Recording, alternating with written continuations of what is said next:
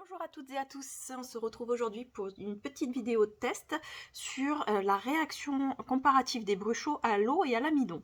Alors l'idée ne vient pas de moi, par hasard je suis tombée sur une vidéo d'une youtubeuse américaine dont le nom m'échappe et j'en suis fort désolée, qui effectivement utilisait les bombes aérosols pour faciliter le repassage et éviter les mauvais plis sur le linge. Elle le disposait à la place de l'eau sur son papier. Or, bon, les magasins sur lesquels je me suis rendue n'avaient pas ce produit-là. Donc du coup, je me suis rabattue sur une commande internet sur laquelle j'ai trouvé de l'amidon mais en poudre. Donc vous voyez, il y a une quantité assez importante puisque nous sommes sur un paquet de 300 grammes. Et cet amidon-là, j'ai testé simplement de le mélanger à de l'eau. Alors je n'ai pas testé le rendu avec le bruchot, hein, la réaction avec le bruchot. En revanche, j'ai déjà fait ma petite mixture. Comme vous pourrez le constater, alors je ne sais pas si ça va bien se voir à la caméra, mais ça se mélange mal en fait. C'est-à-dire que dès qu'on ne l'utilise plus, l'amidon a tendance à se redéposer dans le fond. Donc bien le secouer à chaque nouvelle utilisation. Bon, l'avantage c'est que voilà, pour faire le test, donc j'ai prévu 2 bouteilles, une avec de l'eau simple, de l'eau plate, et une autre avec de l'eau, la même, mélangée avec 2 petites cuillères de poudre d'amidon. Voilà. Donc pour ceci, je me suis équipée de petits morceaux de papier aquarelle, donc papier aquarelle lambda hein, qu'on retrouve chez Action, que j'ai découpé, et derrière je me suis mis des annotations pour qu'on ne perde pas le fil. Donc là on aura eau après l'amidon, eau avant l'amidon, c'est-à-dire que pour que ce soit avec l'eau ou avec l'amidon, une fois on va asperger de liquide notre papier, notre support, avant de mettre les poudres bruchot, et de l'autre côté on aspergera après avoir déposé les poudres pour voir si les réactions sont différentes. Exactement de la même façon en dessous, donc nous eau après sans amidon, donc là on déposera la poudre avant de mettre l'eau, voilà, et ici on déposera la poudre avant. Non, on déposera l'eau, pardon, avant de mettre... je mélange tout. Voilà, donc l'eau avant, l'eau après, l'eau avant avec l'amidon, et l'eau après avec l'amidon. Avant, après. Voilà, donc pour ce faire, donc je vais utiliser les fameux bruchots. Donc j'ai choisi 2 couleurs au préalable. J'ai choisi le Sea Green comme ceci et Lost Blue comme cela. À savoir que dans un souci d'économie et aussi de facilité d'usage, j'ai fait comme de nombreuses scrapeuses le choix de trouer tous mes petits pots de bruchot sur le dessus avec une punaise, pour la simple et bonne raison que la poudre de bruchot est tellement volatile qu'il y a beaucoup de gaspillage en fait si on l'ouvre tout bonnement par l'ouverture qu'il nous préconise. Donc fatalement, j'ai fait mon petit trou, je suis venue un petit peu l'élargir en titillant avec la punaise, ce qui me permet voilà, de juste avoir à retirer la punaise, saupoudrer la quantité que je désire et refermer par la suite. Voilà. Donc on va essayer avec les deux. Donc là ce sera l'eau avant. On va déjà disposer notre poudre sur les papiers qui sont prévus au dépôt de la poudre avant d'asperger avec l'eau ou l'amidon. Alors, hop, ça part de là. Donc là, c'est le Sea Green. Hop.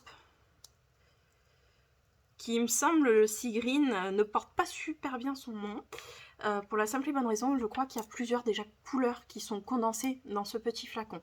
Parce que cette gamme-là, effectivement, cette particularité, c'est que vous n'avez pas une seule couleur par flacon, bien souvent.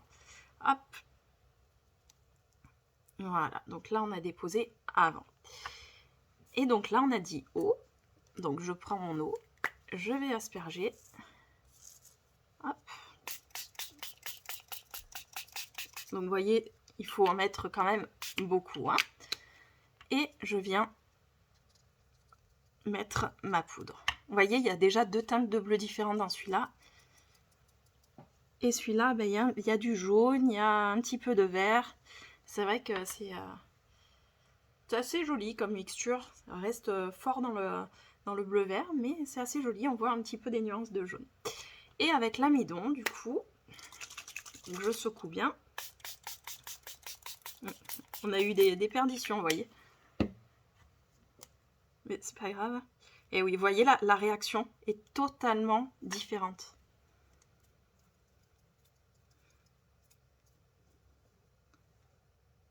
Ouais, là, on assiste à une sorte d'artifice. Ça part un petit peu dans tous les sens. Hop.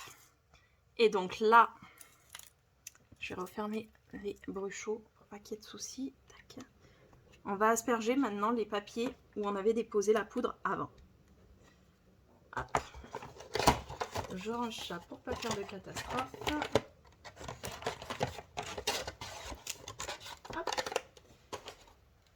Et donc là, celui d'en dessous, ce sera avec de l'eau lambda. Et je remélange, et ici avec l'amidon. Vous voyez, ça réagit beaucoup plus, ça prend beaucoup plus de masse sur le papier avec l'amidon qui est aspergé qu'avec le papier, parce que même si j'en rajoute, vous voyez, ça reste quand même condensé à l'endroit où se situe la poudre, alors que là, ça a tendance quand même à exploser, j'ai envie de dire. Voilà. Donc là, vous avez les cas de figure, faites très attention parce que c'est très tâchant. Les différents cas de figure. Donc ici, on a la poudre déposée après avoir aspergé le papier d'eau. Ici, l'effet après avoir aspergé le papier d'amidon. Et ici, les effets, une fois que la poudre est posée, j'asperge par la suite, donc ici avec de l'eau, où on est plus sur un petit peu, j'ai envie de dire, un petit peu des nuances d'aquarelle. Beaucoup plus qu'ici, où on voit clairement que c'est une explosion des couleurs qui se fait. Donc quoi qu'il en soit, j'ai l'impression qu'on obtient plus de dégradés lorsqu'on met la poudre avant, que lorsqu'on dispose la poudre après. Où là, effectivement, vu que ça rentre en contact directement avec l'eau qui est déjà sur le papier, eh bien, on a toutes ces petites particules qui ont l'air un petit peu de se figer. Je ne sais pas si vous allez très bien le voir. Bon, c'est très joli, hein, ça donne un effet qui est assez rigolo.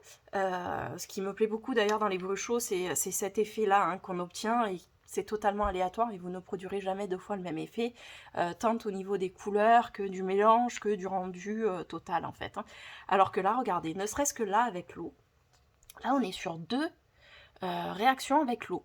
On voit bien que quand la poudre est disposée avant, on a un effet quand même vachement plus éparpillé, un peu plus aquarelle, on voit moins les pointes de produits, hein, de poudre, alors qu'ici, c'est carrément l'inverse. Hein. Là, on a quelque chose d'un peu plus abstrait, d'un peu plus confus, mais qui donne un effet assez désordonné que j'adore.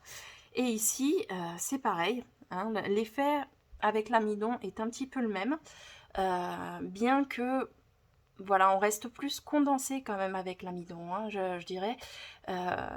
Pour le coup, quand le produit, hein, le bruchot est déjà sur le papier, on s'éparpille moins. Il y a une réaction qui diffère totalement en fait.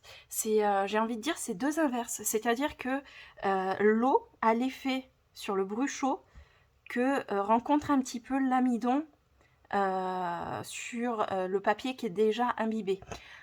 Donc là, c'est-à-dire qu'on voit bien que ça s'est dispersé, que ça s'est un petit peu étalé. Là, c'est la réaction avec l'amidon quand il est d'ores et déjà sur le papier. Alors que là, c'est la réaction de l'eau une fois qu'elle est mise sur le bruchot qui est déjà apposé sur le papier.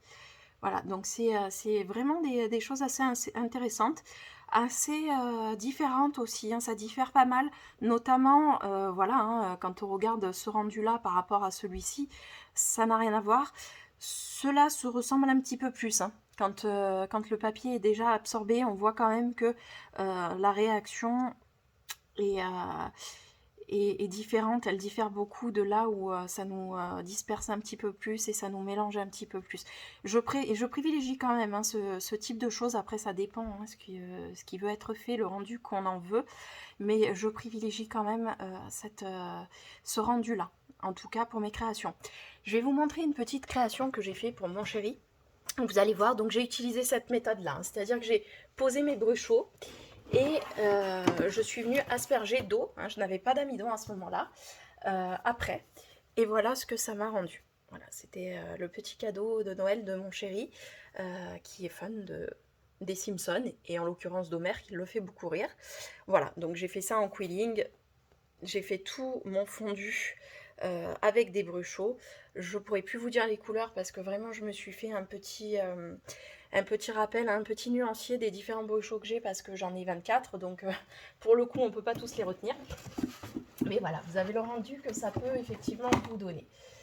Voilà, bah écoutez, j'espère que cette petite vidéo vous aura permis d'en savoir un petit peu plus sur les bruchots, peut-être de vous faire découvrir